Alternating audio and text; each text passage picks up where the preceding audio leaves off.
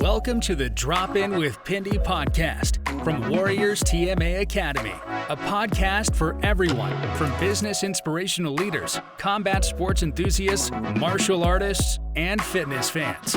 Together, we can build our self-discipline, confidence, and positive mindsets through great leaders. Now, here's your host, coach, and former pro fighter, Pindi Matahar. Ladies and gentlemen, here we are for another episode of the Drop In with Pindi podcast. And today I am honored to be surrounded and have as my guest Professor Carlos Lemos Jr. as well as the one and only Professor Salvo, who we've had previously, but this is the first time we're having Professor Carlos not only here for the podcast, but also here in our amazing academy and coming to Coventry as well, probably for the first time as well. Well, not for the first time, but in the first time in a long time. Correct. This has been a long time coming. I think we were planning this since 2018. We've been planning Sicily, for a while, right? in Sicily. And all these years later, we've made it happen. So thank you so much, gentlemen, for being here today to share your stories, to share your knowledge with our amazing listeners out there that are subscribed, obviously, here for our channel. And I just want to say thank you for being here today and for being part of this amazing journey of Jiu-Jitsu and everything you've done for us in the past. A huge thank you. So let's start with yourself, Professor Carlos. How are you finding lovely Coventry so far?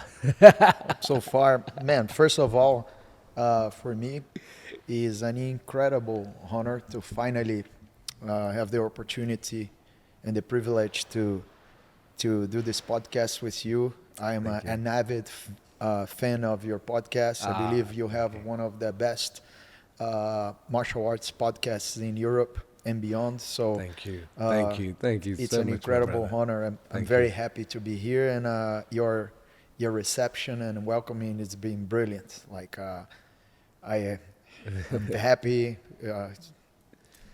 It's like thank you.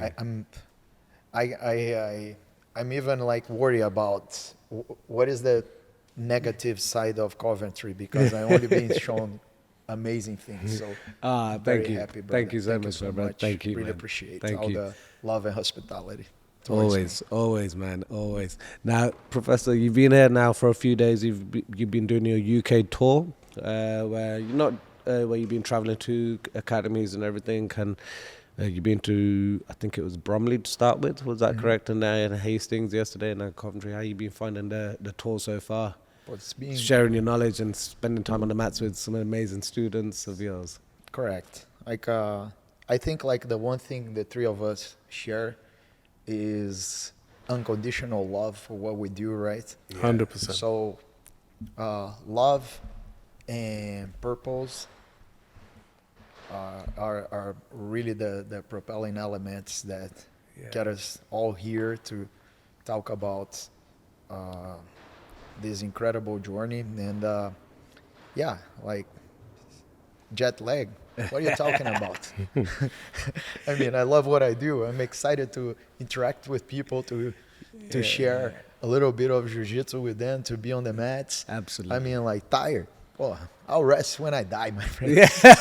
Who needs sleep? Who needs sleep? Like, overrated. Like it is. Yeah, like excitement goes beyond all of that, and a sense of duty and purpose towards our mission, which is to spread jiu-jitsu through everyone and change lives. Yeah, it's what keeps moving us to do this.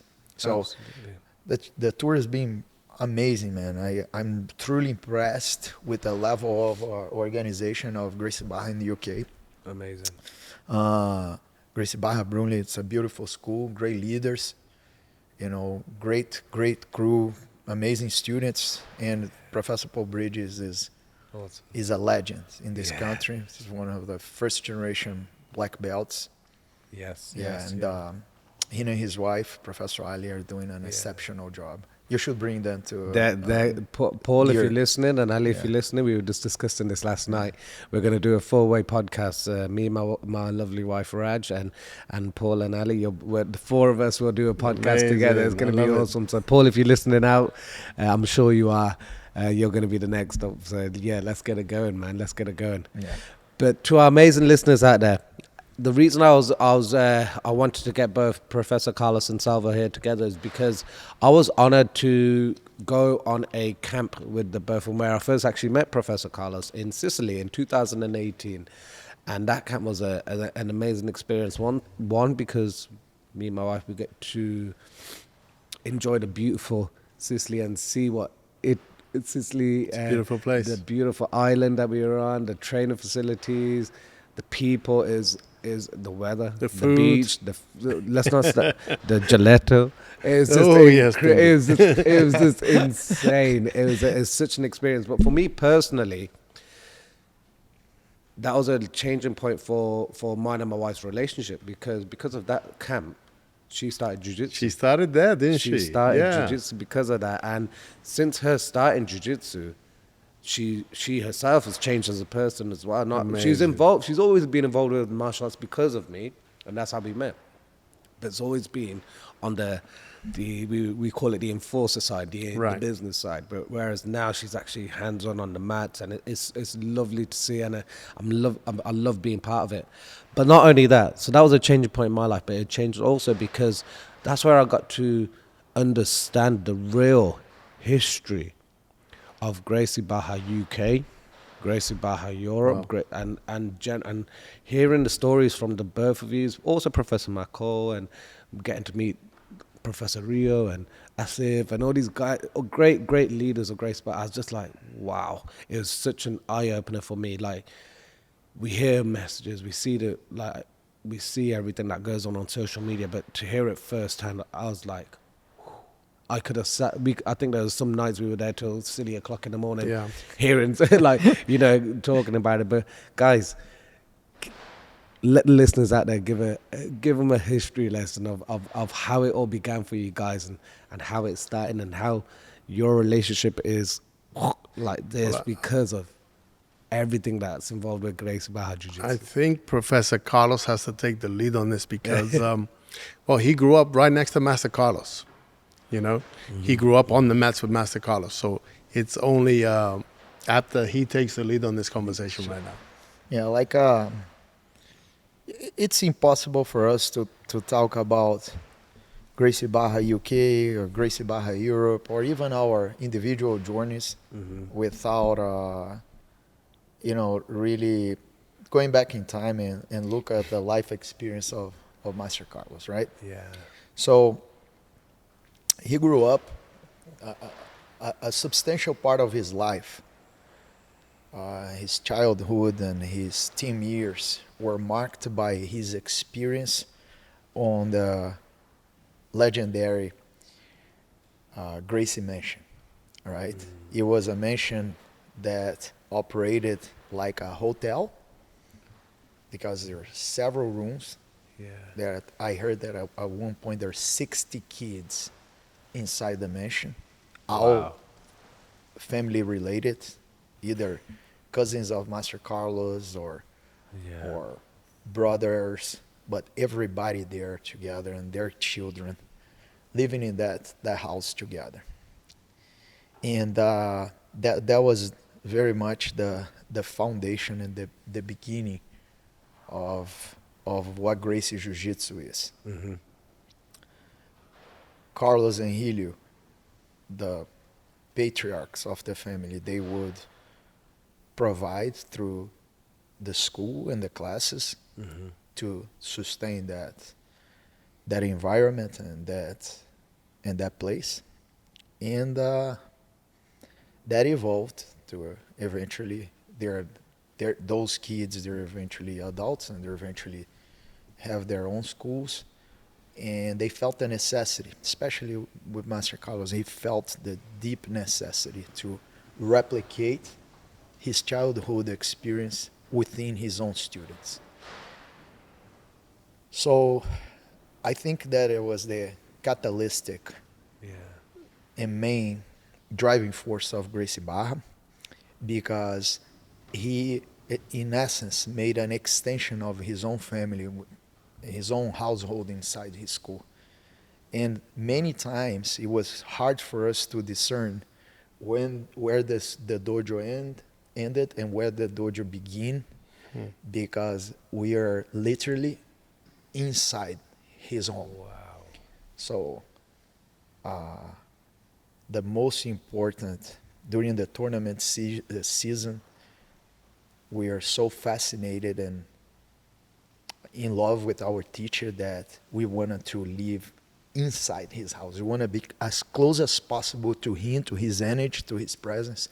That gave us force, that gave us courage, and that gave us the drive to overcome any challenge, just in order to honor him and his legacy. So that was the beginning of the Gracie Barra and this mindset. Fast forward several years, I already had like multiple international experiences, and that for me started in my late teen years. Right. You know, like it's crazy. I shared with you on the car ride yesterday. I came to the UK to further my studies and also to teach martial arts. And I met Professor Salvo, who was at the time wasn't a professor, but was an avid martial artist of his own, like practiced martial arts for his whole life. And again, just like my master, I was replicating the experience of his life through my own eyes. What he shared with me, I treated my students with the same love and same respect. And Professor Salvo was embraced in that manner. And here we are, nearly 20 years later. No, it's more than 20 years now. Within, I would say, very soon. You know, like the way I see is this, Coach Pindi. You open your doors to everyone. So their first interaction with you, they come as clients. Yes. Right? Yes. From clients, they become friends. From friends, they become family. Right? And Salvo is family to me to the degree that his children call me Uncle Carlos. And we've been having that. Yeah. Even though I'm younger than him, I'm his parent in Jiu-Jitsu, right? But he's my brother, he's my friend, and I'm very honored to be part of his growth in the UK. Yes. To see him prospering and expanding as a leader, and to be reaching so many lives and helping so many with his amazing job. He's like I said, he's one in a million, a very special guy, and all of us in Gracie Barra, including Master Carlos himself, it's grateful for all his hard work. Amazing. And you said obviously you met Professor Sal. How did you guys meet? Was it because I can't remember the story. Were you already doing jiu-jitsu at the time, or were you looking to? I was. So the story goes like this. I had the Thai boxing school at that time. Yes, I remember. I was actually doing MMA and I was wrestling. I was trying to do jiu-jitsu, and I trained with somebody who was living quite far away. So I only actually got to train with him every other weekend. Right. And then we would get together with a bunch of guys and we would roll and try and replicate whatever we could, do our best. It's fair to say that when I got to Professor Carlos, I was okay. I could handle myself in grappling in regards of a bit of no-gi. But I didn't wear the gi until I met Professor Carlos. And, I put on my gi on the first day and never really looked back. Oh, wow. Awesome. Yeah. Every stripe I have on every one of my belts comes from him, and this is the way that it will always be right till the end. That's amazing. I remember briefly mentioning before when we did the very first podcast that we did together. I just couldn't remember exactly. Well, the Seni martial arts show that you touched on one of our previous podcasts. I actually competed MMA in 2003. Oh, wow. In Seni. Yeah. Wow. Yeah. So that's weird because I would have met you. Well, not met you, but I would have It's seen you because I possible, used yeah, to be it's there. possible. So in 2003, I would have been slightly younger. It's possible. But yeah, Just a little bit. Just A little bit. But yeah, Yeah. I wouldn't say well. But yeah, no, we would have crossed paths. We would have. And at those days, there used to be the Gracie Invitational in Jiu-Jitsu. Yeah. Yeah. Yeah. Gosh. Yeah. Time flies, man. That's crazy. But I remember some of the stories that you guys are saying, and I loved hearing it. Is when you guys went to Rio and you were training at the actual HQ of Grace Bar and the training sessions there, the intensity of the training sessions there, because jiu-jitsu has not changed, but jiu-jitsu is evolved into where it is now, where jiu-jitsu now, as the saying goes, is for everyone. But the time you guys were in competing and you were really going for those worlds and everything, it was purely competition, right? It was only competition based, combat sport based, and you focused on one thing and one thing only, and that was to go and give everything on those mats. So it wasn't as it is right now. You agree? And your training sessions were a bit more intense. I agree, disagree. Yeah. You know, I love to see stories of people saying, "Porra, in the good old days, we bled with this and with that. Porra, in the good old days, I used to train 7 hours a day, and in the good old days, there was no rules and blah, blah, blah." But I think Master Carlos, he understood very soon that one, he kind of like, to understand Master Carlos, you have to understand Carlos Gracie Sr. Right? Because Master Carlos is almost the continuation of his father and of Halls. Yes. His older brother. He is the continuation. It's like the line is being straight from the get-go, all the way from Carlos through Halls, through Master Carlos. Yes. So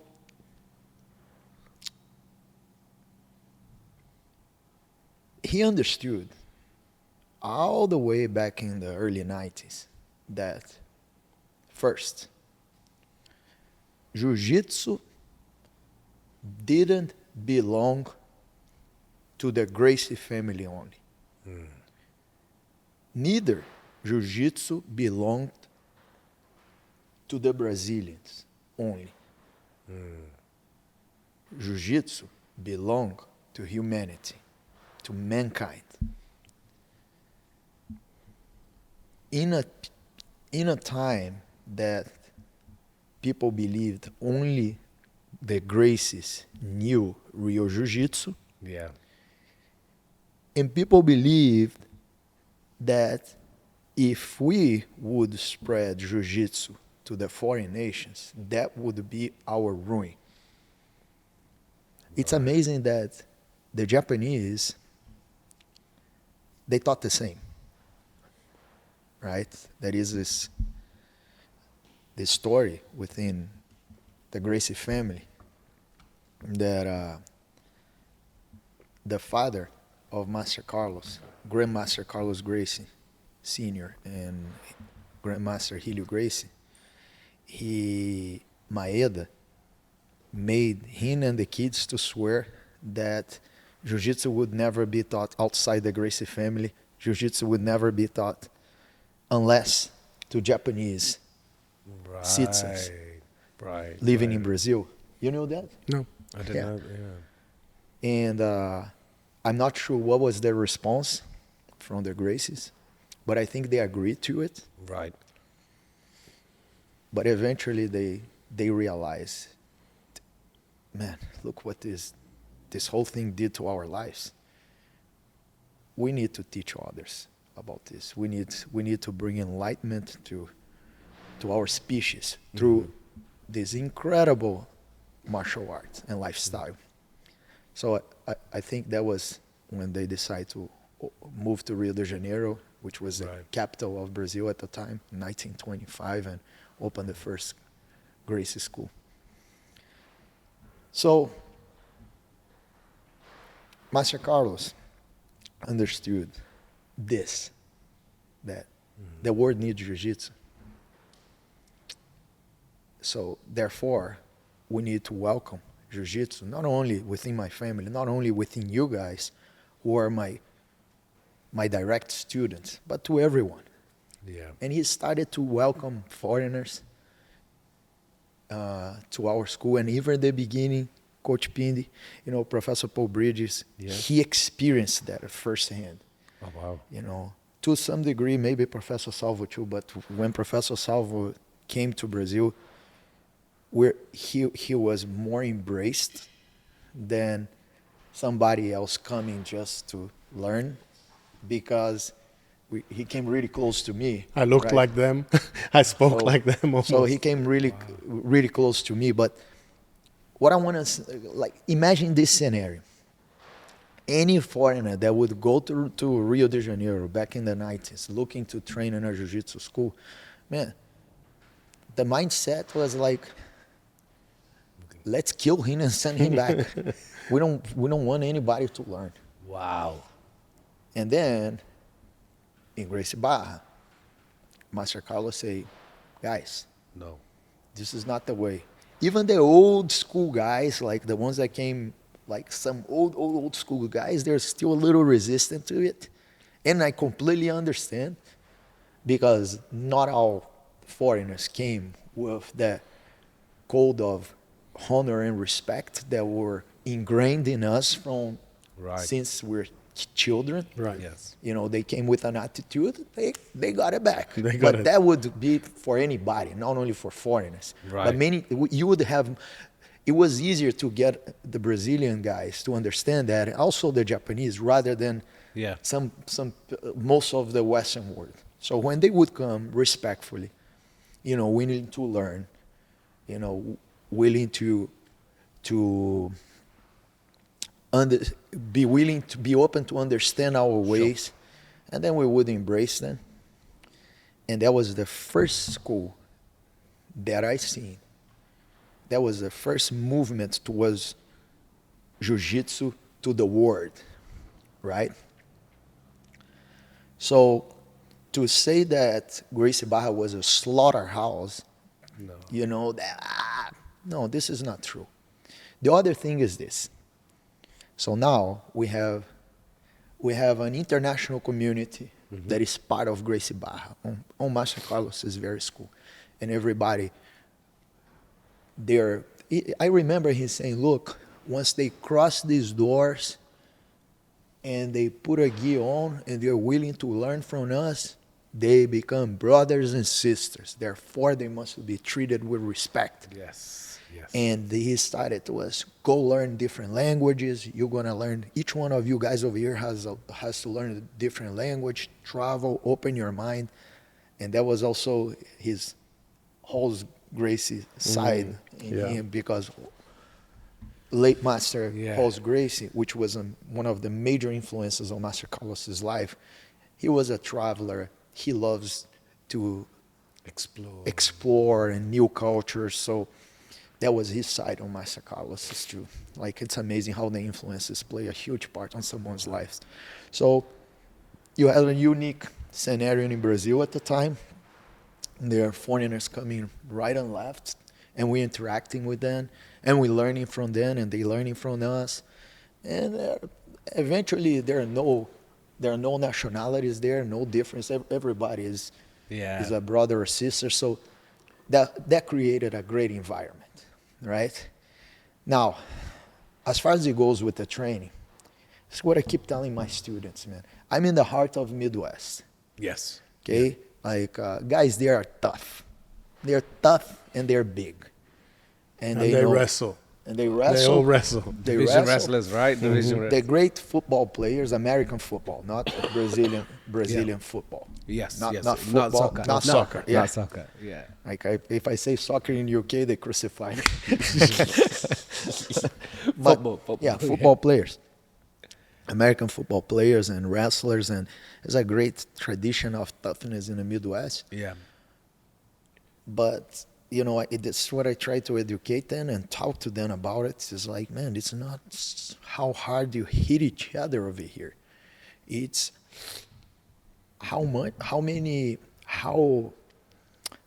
you can, how often you can be here. Yep. How many hours, how many flying hours you can dedicate yourself every week to greatness. And that was another secret in Gracie Barra. We trained several hours a day. We normally had 2 long sessions, one in the morning, the longest one in the evening. We had like midday workouts. We had rock climbing, like hikes on the weekends. Beautiful climb, Pedro. We had surfing. We had other activities also outside the school, but it's pretty much all physical. And I don't remember the rate of injuries that we see in most of jiu-jitsu schools today that have no method, right? They're just like tough guys rolling with each other, garages or whatever. I don't remember the rate of injuries that we see in a lot of places today. Yeah. So this is what I try to tell my guys. It's funny you should say that, because recently I've noticed that here when we're training, the amount of I'm seeing ACLs going, MCLs going, knee injuries popping here, there, and it's all, I don't understand why that is. Intensity versus consistency. It's like it's consistency over intensity. Dial down the intensity a little bit, and so you can be more consistent on the mats, and you're gonna see the results of it. Absolutely. For us, we learned by experience.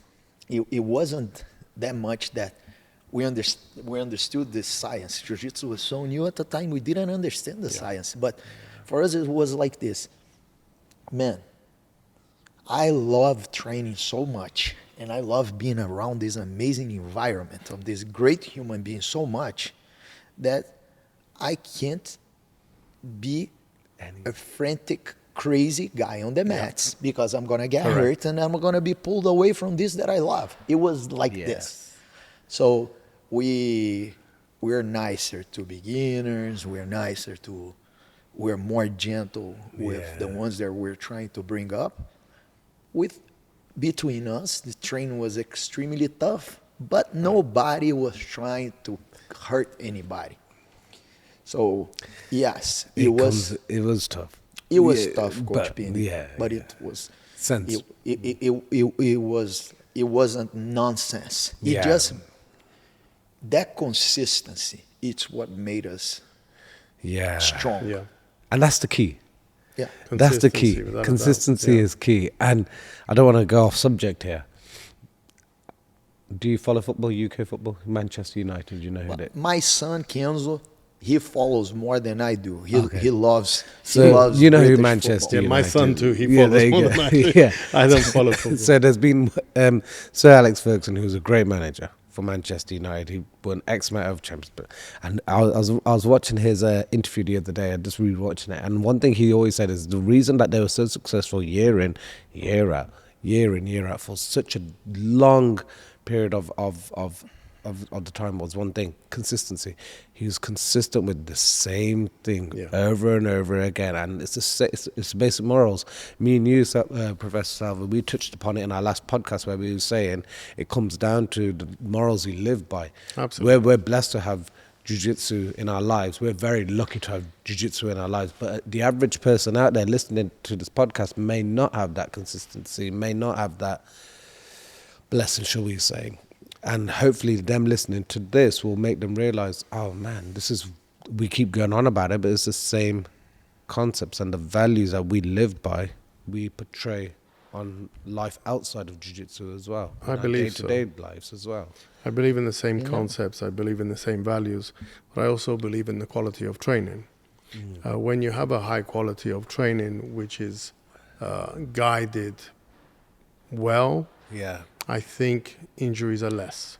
We're very, very lucky in Bath, for instance, Gracie Bath. It's a very well-established school. We've been there 15 years, several black belts. The level of injuries or the injuries that we sustain are very minimal. Very, very minimal. I can't remember the last time somebody came to me and said, oh, I injured myself doing this and that. Because the level today, I'm happy to say, is quite high. Yes. So therefore, the injuries are a lot less, you know? Completely. And, you know, understand the higher student then guides the lower level student. So then he gets educated into that stream, doesn't he? But then like we pause there. We know there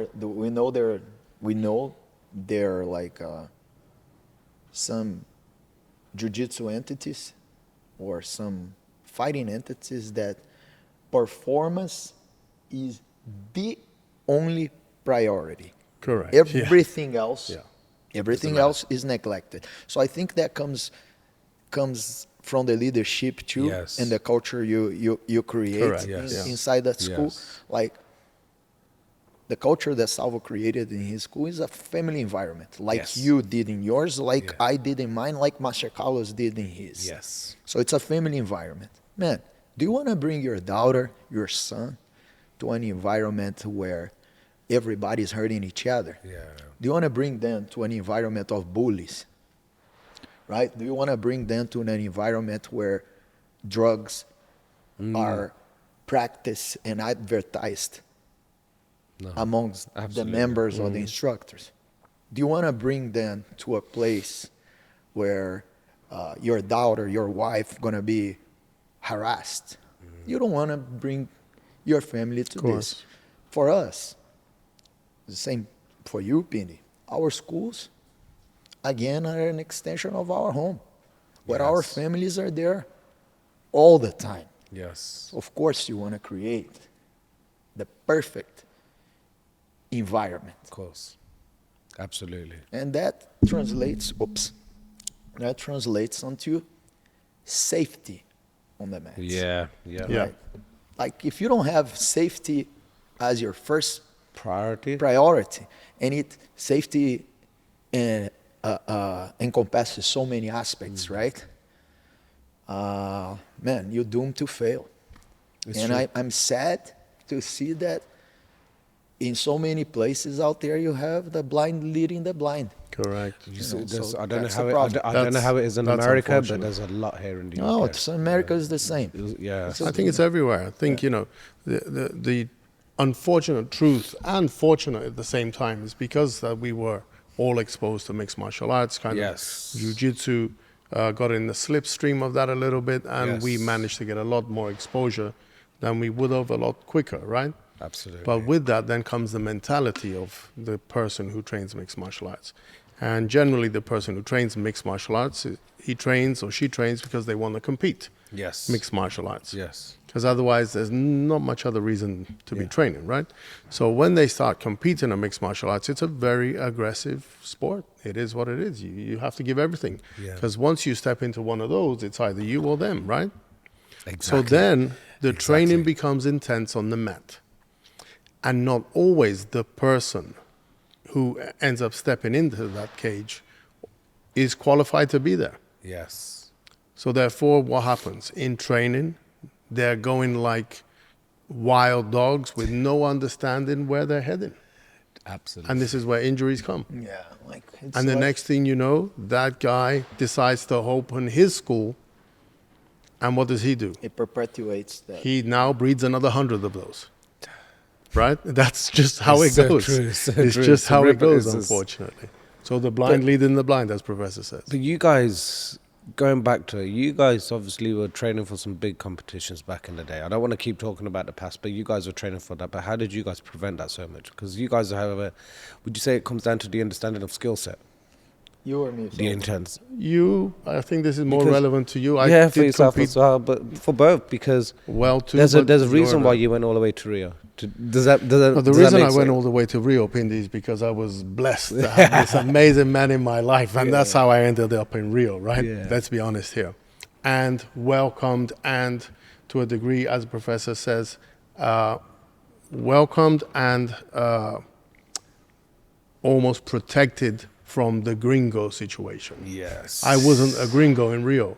I felt like I belonged there. I felt You like power. everywhere I went, I was part of everything, right? Right.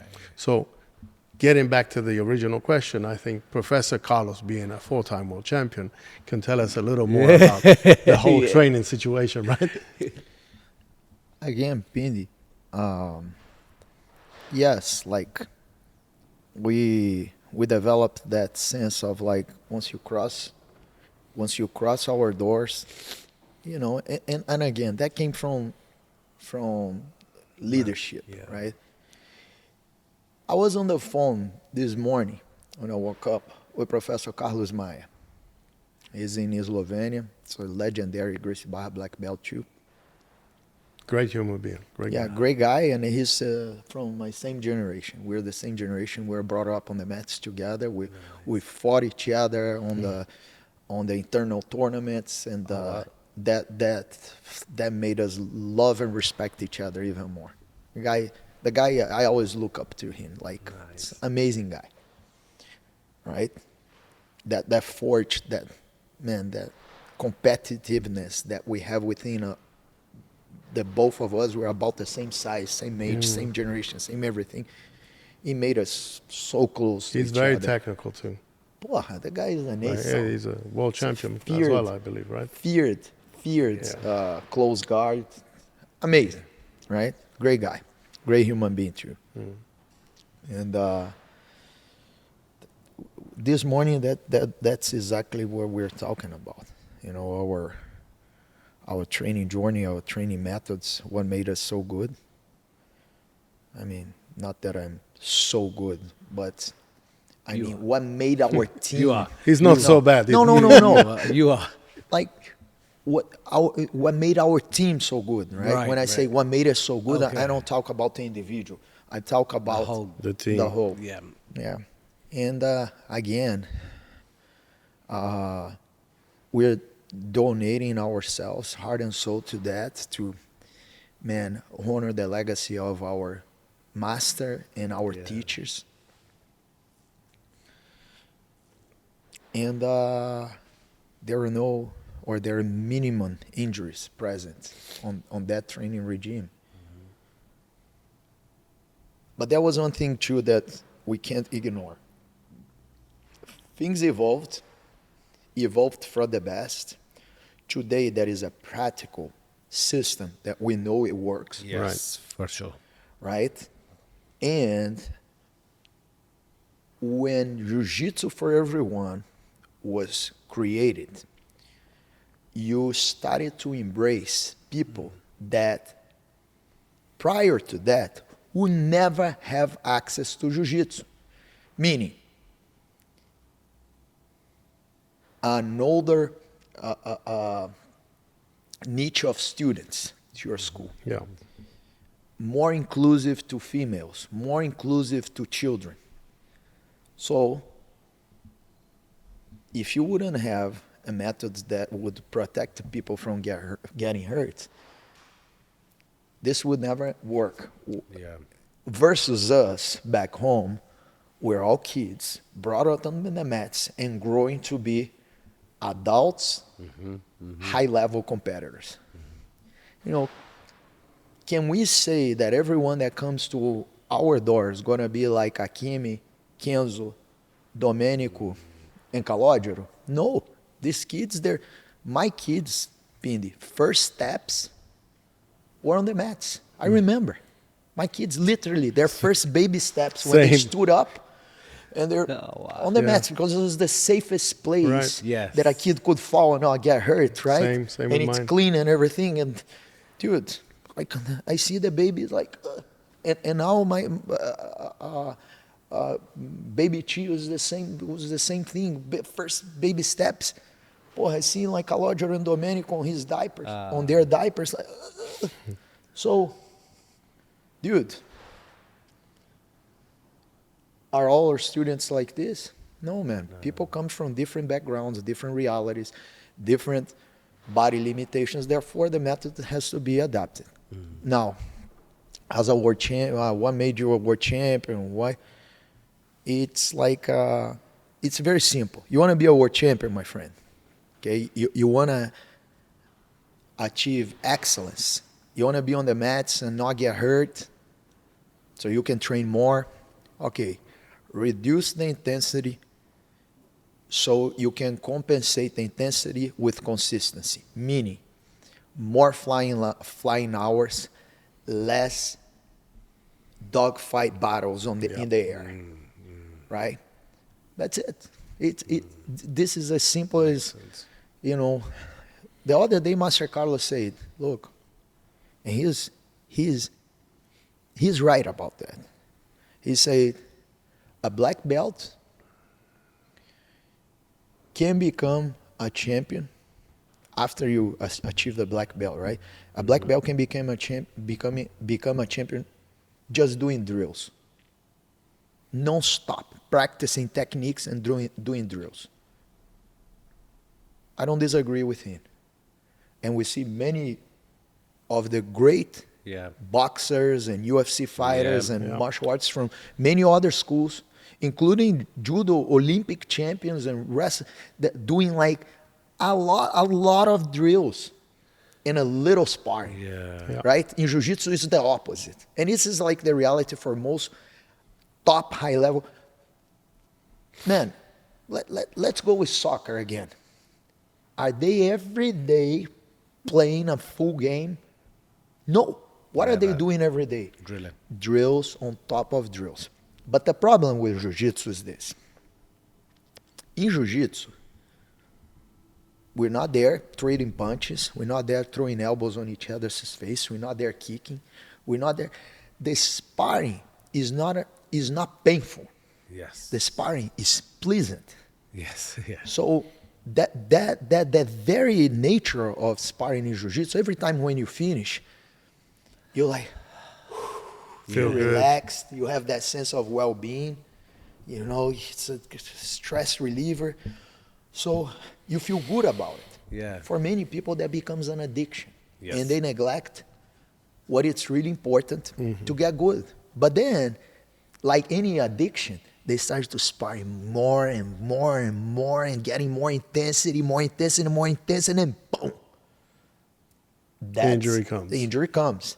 So you have to Without have that progression as well. Without progression, because they're not.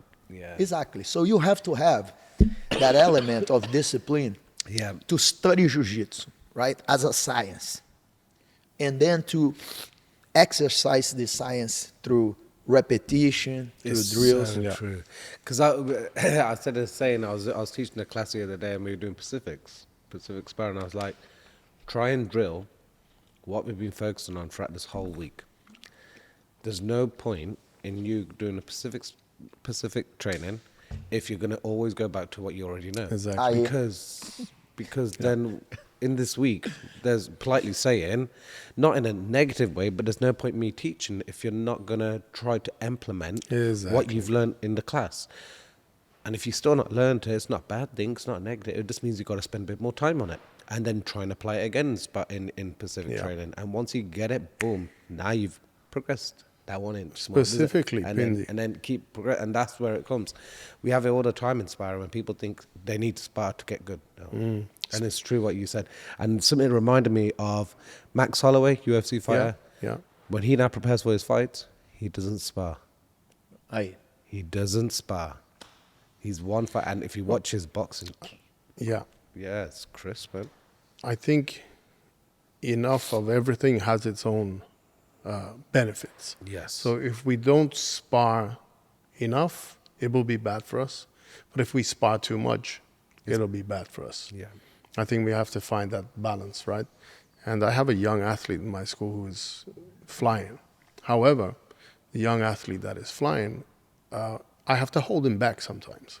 I have to say, no, you know, I don't want you to go to the mat and feel like every session has to be a war of a sparring session. First of all, he's so young. If you start injuring somebody at a young age of 13, 14, 15, there is no black belt career. Yeah. So everything right now is an apprenticeship. Right. You're learning. You're learning how to walk. You're learning how to run. You're learning how to climb. You're learning how to drill. You're learning how to apply. Yes. When you then go on to become one day a black belt, this is when it counts. But you've got to get to black belt without sustaining any serious injuries as a young athlete. Yes. And I believe this is where the importance of the right guidance comes from. You know, This is where I believe that. It comes back to what you said originally. It comes down to leadership. Comes back down to the right leader and who's mentoring you, who's teaching you, who's leading the way. Yeah, but how about when your leader right now is scared to say the truth to his students because he's afraid to lose his students, he's afraid to what people gonna think of him? Porra, meu filho. You know, like a leader can be the nicest guy in the planet. Yes. But a leader is the guy that has to be truthful to himself, to his students, 100%. and is the guy or the girl, the lady that will make the tough decisions. Yeah, that's what a leader does. Correct. I agree. I agree. Because the leader must to understand the bigger picture of things. Yeah. There is this samurai quote, right, which has a lot to do with Eastern philosophy, that I believe it's a depiction of what we're talking about as a leader, which is like this, Pindi. Probably you heard of that before. I think Salvo knows that.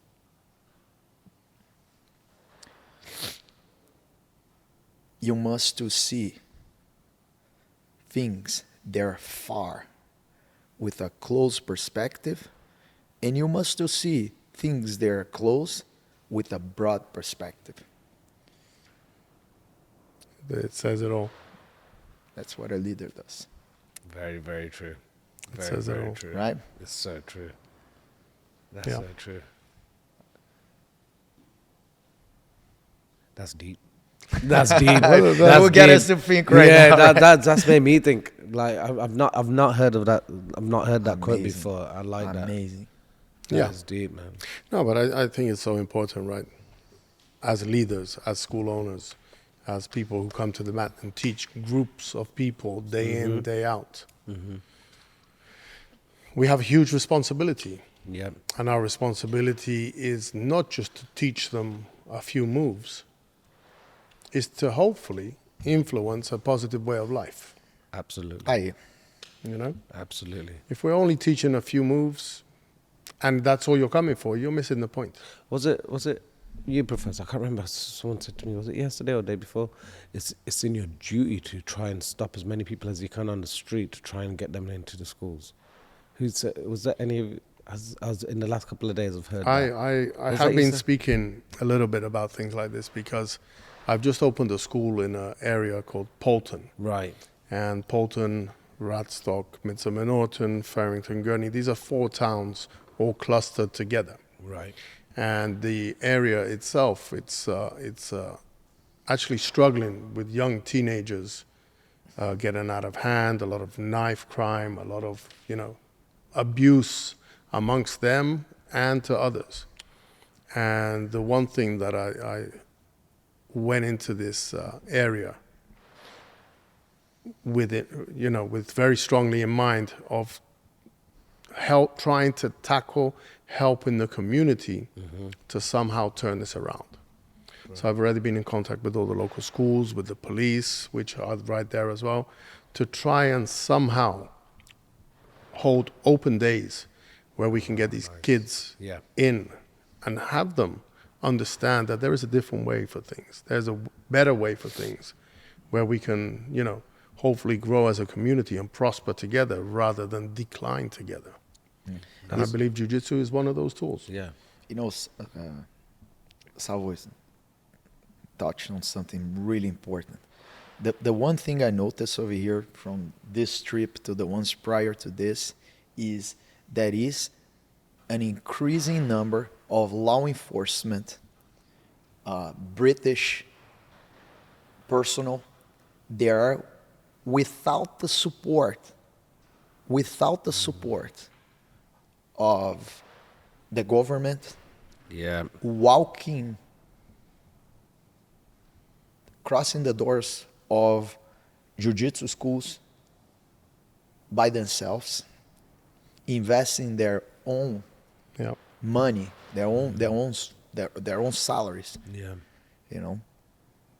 to learn martial arts, because sadly as an example of many other parts in the world, even parts of America, the law enforcement over here, it's extremely ill prepared to deal with the level of crime there has been that the UK has experienced. So I'm very happy to see more and more of law enforcement officers taking the initiative to prepare themselves to deal with that violence in a merciful way. Yes. Because in America it's like this, many parts. The officers, they have little to no training.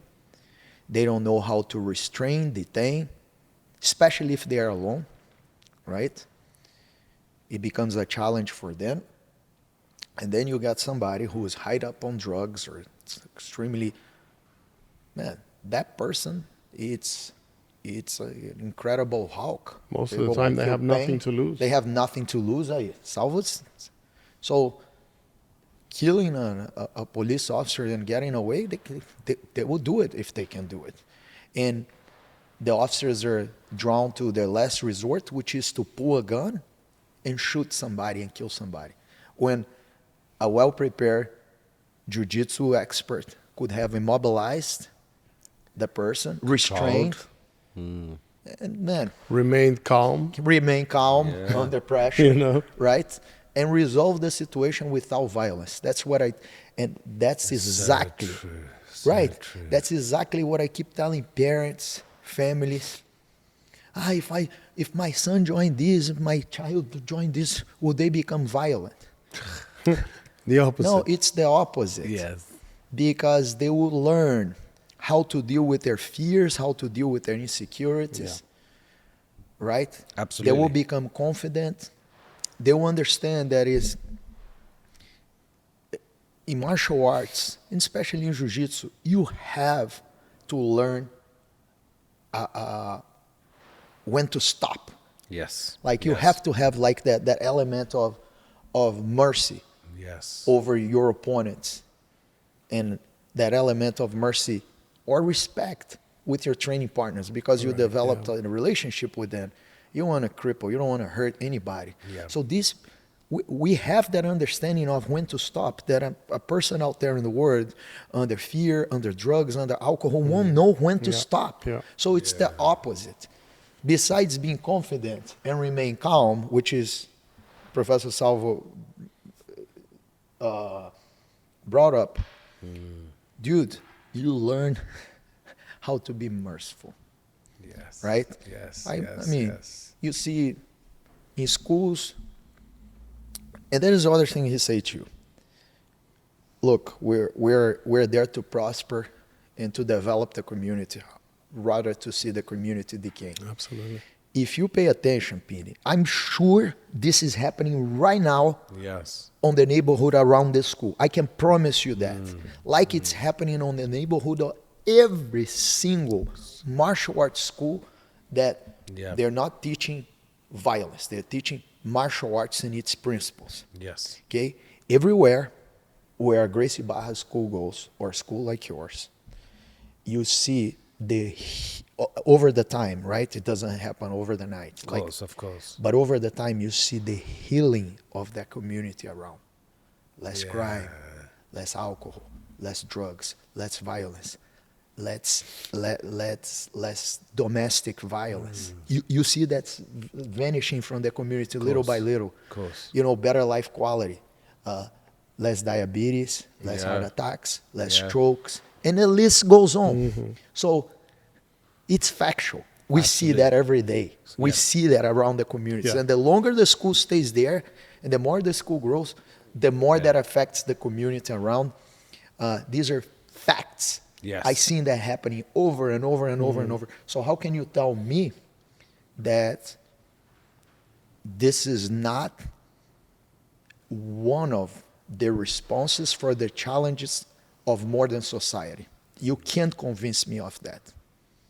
No, I 100% completely agree in terms of how you're explaining about there's a school there and a community evolving and improving. And it goes back to the message like I was explaining before, and I think we were talking about this in the car on the journey up as well, that like Master Carlos said from day dot, if everyone in the world did jiu-jitsu, the world would be a much better place. And Doug Rose, I don't know if you watch UFC fights, and she said it as well. She goes by it. That's why she's opening up martial arts schools, because she says if everyone does martial arts, the world would be a much better place to live in. And I completely agree with that. That's what I'm trying to do with one of these podcasts, but secondly also obviously on the mats right here as well. It's an educational system. Absolutely. Right? It's an educational system. You know, and it's really simple. It's an extracurricular, right? It should be in school. Exactly. It should be be curriculum. in school. It should be curriculum. And I don't understand why it still isn't. Like in America now, I read now to be a police officer, there must be a minimum blue belt in jiu-jitsu. Is that correct? Some places, because in America it's like this. Yeah.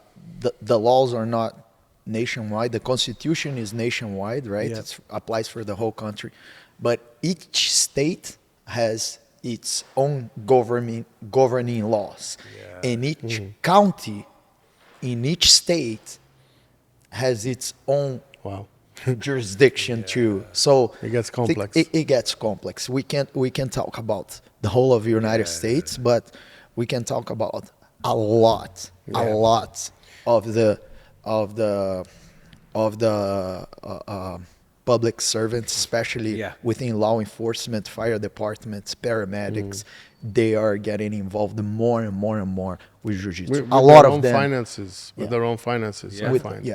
Because I've personally tried to be involved with teaching seminars for the police and so forth, and the biggest challenge that they have is financial funding. Yeah, absolutely. So what I've actually offered is I have a couple of police officers I train within my schools, and especially in this new school in Polton.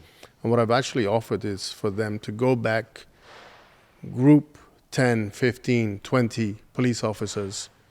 Let's schedule a date, and I will teach them a free seminar in my school. Brilliant. You That's know? awesome, man.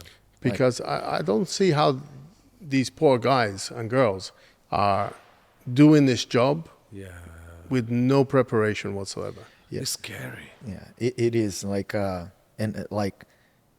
these people, they're the ones to protect our families. Right. We should be talking more about this. Like they're the ones with the task to protect our physical integrity, and they're putting their lives in line for that. So the least we can do is to service them. Years ago, I don't want to interrupt you. No, you're good. Are you sure? 100%. Okay. We're good. So years ago, when I was in Bristol, a former student of mine put up a project together and presented to the Bristol Police Department. I hope there is someone from there watching this podcast today, because this happened like somewhere in 2005, if not 2006. And they saw my credentials. I believe they look in who I was, right? And they said, okay, we wanted to have him. And they sent a reply back to the student of mine saying, yes, I don't want to say anything that is not accurate, but I believe they said, yes, we believe this would be a good thing for our officers, and we're willing to hire Professor Carlos' services, but we're gonna give him 10 hours. And a student got back to me, or 12 hours. It was something like this. Something like that. Sounds very familiar. Right? And the student of mine got back to me and say, hey, I'm really excited. We got a deal for you to teach there, and that's going to be awesome. We're going to start a new era of law enforcement empowerment in the UK, and it's starting from Bristol, our hometown. And guy was all happy, all excited. And he said, and they're going to give you 10 hours. I said, okay, 10 hours monthly, weekly, 10 hours yearly. I say 10 hours or 12 hours. It was something like, it was something minimum like that, right? Something. I say, look, I cannot teach somebody that will be putting his or her life in line to protect someone, to fight against a knife or a gun or multiple attackers with 10 hours of training or 12, whatever, a year. I will kill them if I do that, because I will have then the false sense of security. I will not put my name on something like this. It's worse. This is, I respectfully decline the offer, because I cannot be responsible for something like that. Yeah, it's worse. It's absolutely worse. That's crazy. It's Right? it's so sad to hear that the government, the UK government, do not do anything like this. It's Not sad. yet. Not yet. It's Not good. yet. I've got something inside me telling me something's going to change soon. Yeah, not yet. Because I don't know about Bath and the Southwest, but here it's just rising. Crime is rising. No, it's the same. It's the same. it's- We are experiencing juvenile crime like never before in the Southwest. Very recently, young man, actually this happened twice. 2 young men have been stabbed to death very recently in Bath. Bath is the most eloquent city of the UK. 100%. We think Right? of Bath, and that's for us is very high. Right. Yeah. So if this is happening in Bath, this is happening everywhere. Everywhere. Yeah. Wow. You know, like, Honestly, it's insane. And if we don't make people aware and help people with any form of self-defense, and to be honest, I think there needs to be much, much, much tougher rules and stricter regulations on and punishment for crimes such as you find a teenage boy carrying a knife. If somebody's carrying a knife and they get a slap on their wrist, tomorrow they'll just go pick up the knife again or get a new knife and off they go again. If anybody carrying a knife is given immediately 2 years without a blink of an eye, without a blink of thought, I bet you They're going to think twice. people will stop carrying knives. Yeah. Yeah. You know? Yeah. It's terrible. Yeah. It's But- the society we live in, unfortunately. It's the society we live in. But, you know, and we also have the other side, right? Like the stories that you, I, and Professor Salvo are receiving every day from our servicemen and women, right? Hey, this happened to me last night. This happened.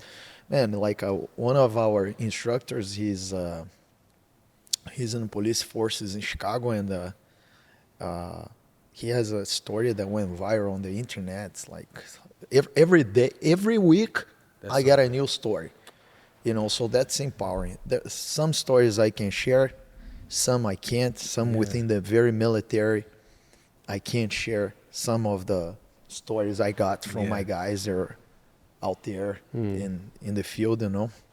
But the story is always the same: how Jiu-Jitsu saved their lives when they're detached from their platoon, or when they're alone trying to help someone. And we're talking about external violence too, Salvatore and Coach Pindi. There is also an element of domestic violence, right? Which often gets overlooked. Exactly. That Often is gets overlooked. Because don't see domestic violence, it's the worst. a lot of the times, unfortunately, goes both ways. Yeah.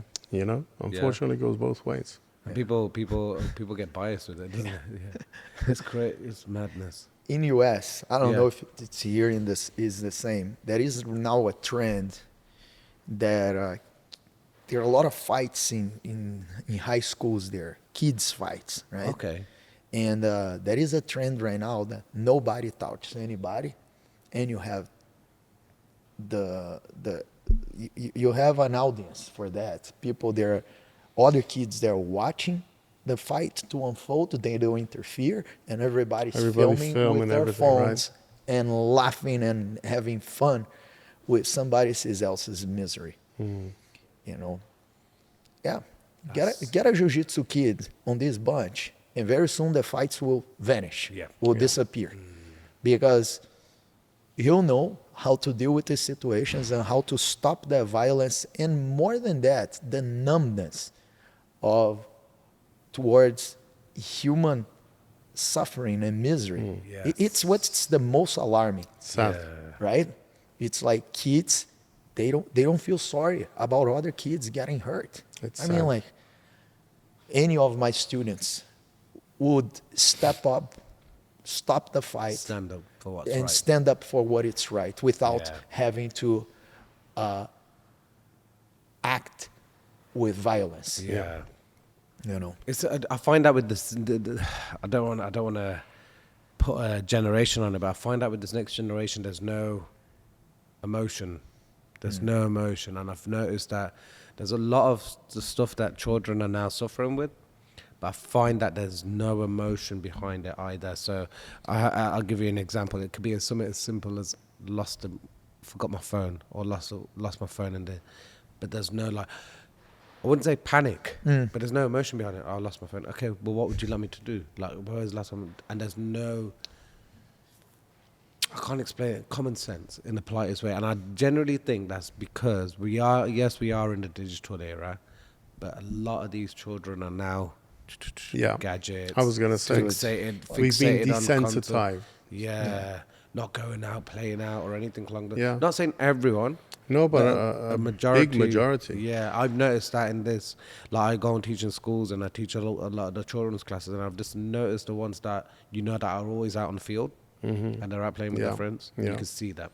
Yeah. But the ones that aren't, and they're very mollycoddled, and they're stuck to this, you can see that as It's well. really It's sad. It's really sad. I call that the zombinization It's of true. the youth. It is. Whether that's from drugs, prescribed drugs, Yeah. Yes. Or Yes. or the unlimited access to technology. Yeah. You know, that has to be monitored. Yeah. Yeah. You know, I'm not against, kids having access to technology. I'm not even against kids having access to social medias. But come on, if you're a parent, you have to monitor, you have to filter, you have to limit, because there's there's a cyber abuse too. Oh yeah. They're right and left. Oh yeah. Predators disguised, and the kids don't know better. Yeah. So true. that's another more than times preoccupation for us. These are challenges that we are all parents. facing on a daily basis as human beings. Yeah. Human beings, we're Yeah. facing this on a daily basis. And the answer comes back to, in my opinion, getting them onto mats, getting them into not just here, but anywhere. Find your nearest academy. Find your Yesterday, nearest I was master. in the supermarket Yeah. with my friends visiting over from Italy at the moment. And I was in the supermarket buying some food. And this lady that I know, and her son trains in our academy, she's an Italian lady. She runs up to me, she calls my name, she hugs me, and she's got tears streaming down her eyes. And I thought something wrong had happened. I said, "Are you okay? Is everything okay?" She was just so happy that her son, who is 15 years old, spends so much time in our school. Just so happy, because if he wasn't there, where would he be? 15 years old. Yep. You're going to be out in the streets, and of course she's hearing of all these terrible things that are happening around. And she's from the capital city of Rome, so when they go back home, there's also many other terrible things that are happening there, being a huge city as it is, the capital of Italy. So I just found it very, very humbling yesterday when a parent understands that her child being in such an environment can completely change the course of his life or her life. Absolutely. 100%. Yeah. I agree. Yeah. You know, like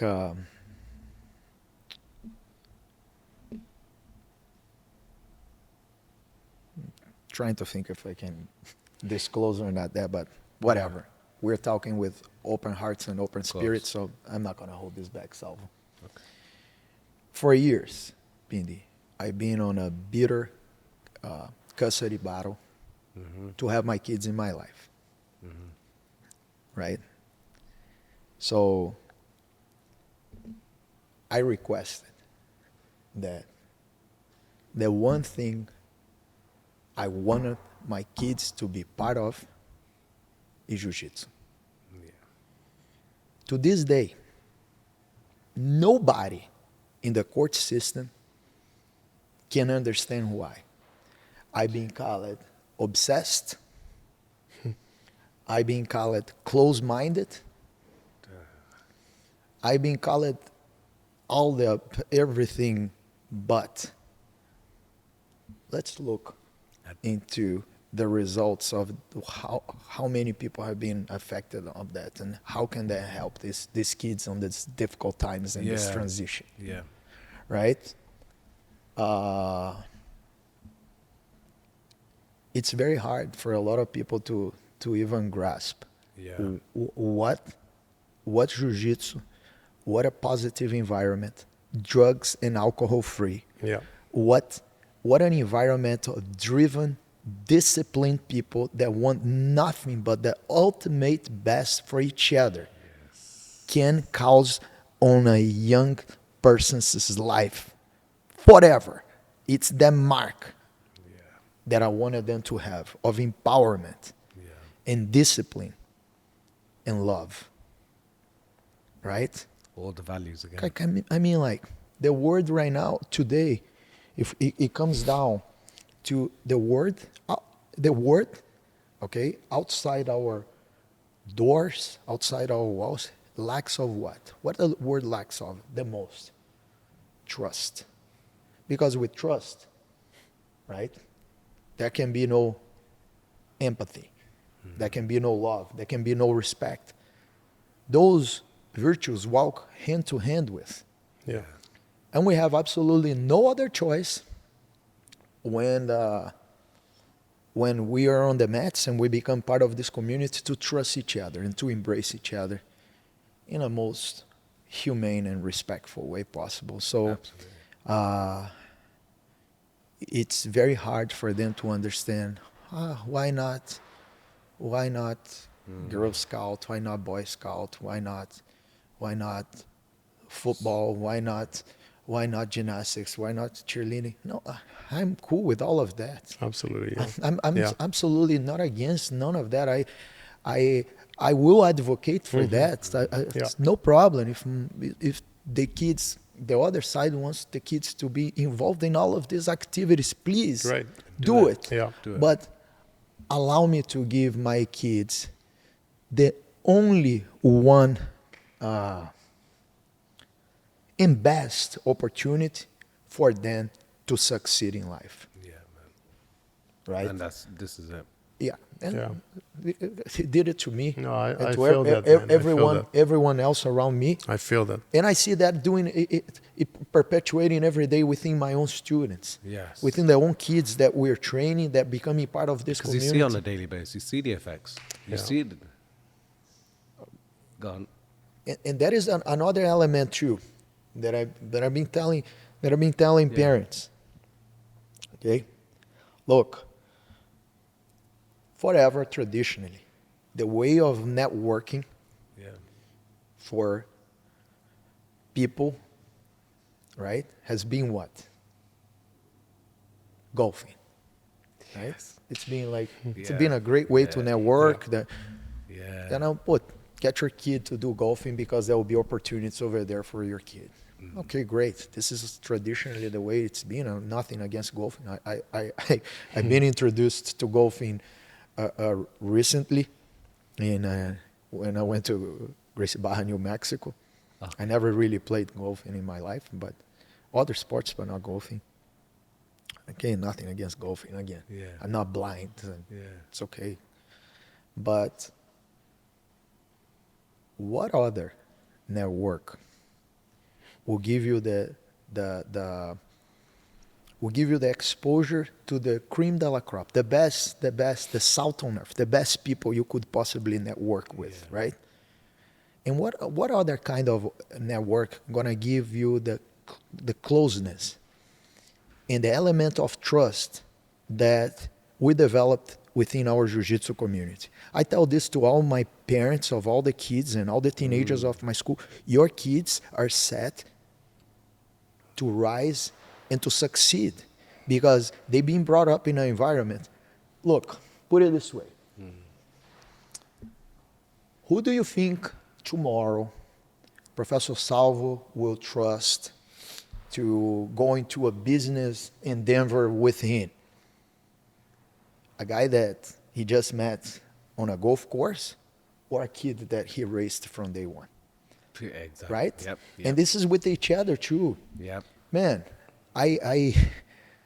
my business partners, my business associates are my friends, Pindi, that grew up with me. Right. Yeah. You see, because like we learn how to trust each other. There will be moments of doubt.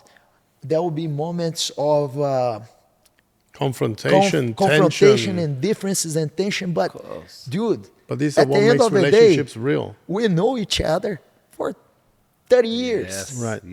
Yes. Right? Course. So who am I going to trust? Yep. If I can't trust the people that I love the most. But the fact that you can have this doubt, confrontation, disagreement, back and forth, and at the end of the conversation, put that aside and move forward. Human nature. That's not only human nature. Human nature. That means that your business is in safe hands. Because no matter what, we move forward. Absolutely. So today, like I have doctors discussing medical procedures and technologies on my mats. Amazing. I have lawyers, I have architects, we all have pilots. We got it all, man. We got it all. Pilots. God bless our James. James, right?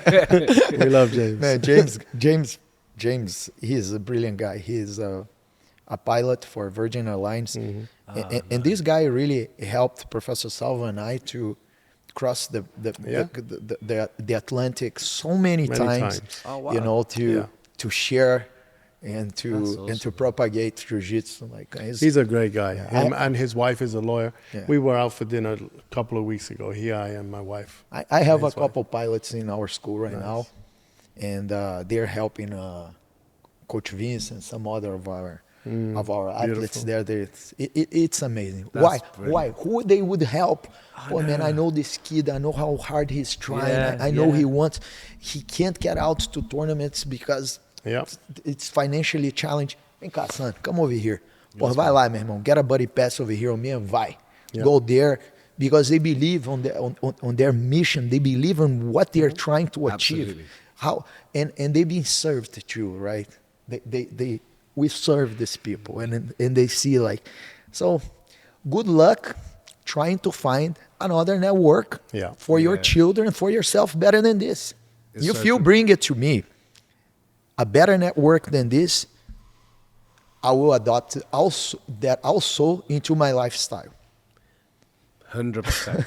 And on that note, I 1,000,000% agree with that. Thank you so much, Professor Carlos. I really appreciate it. And Professor Salvo, your time. It's my pleasure. We are now going to get ourselves ready for a huge seminar that we've got this evening. I want to take this moment to express my gratitude to both these gentlemen in front of me.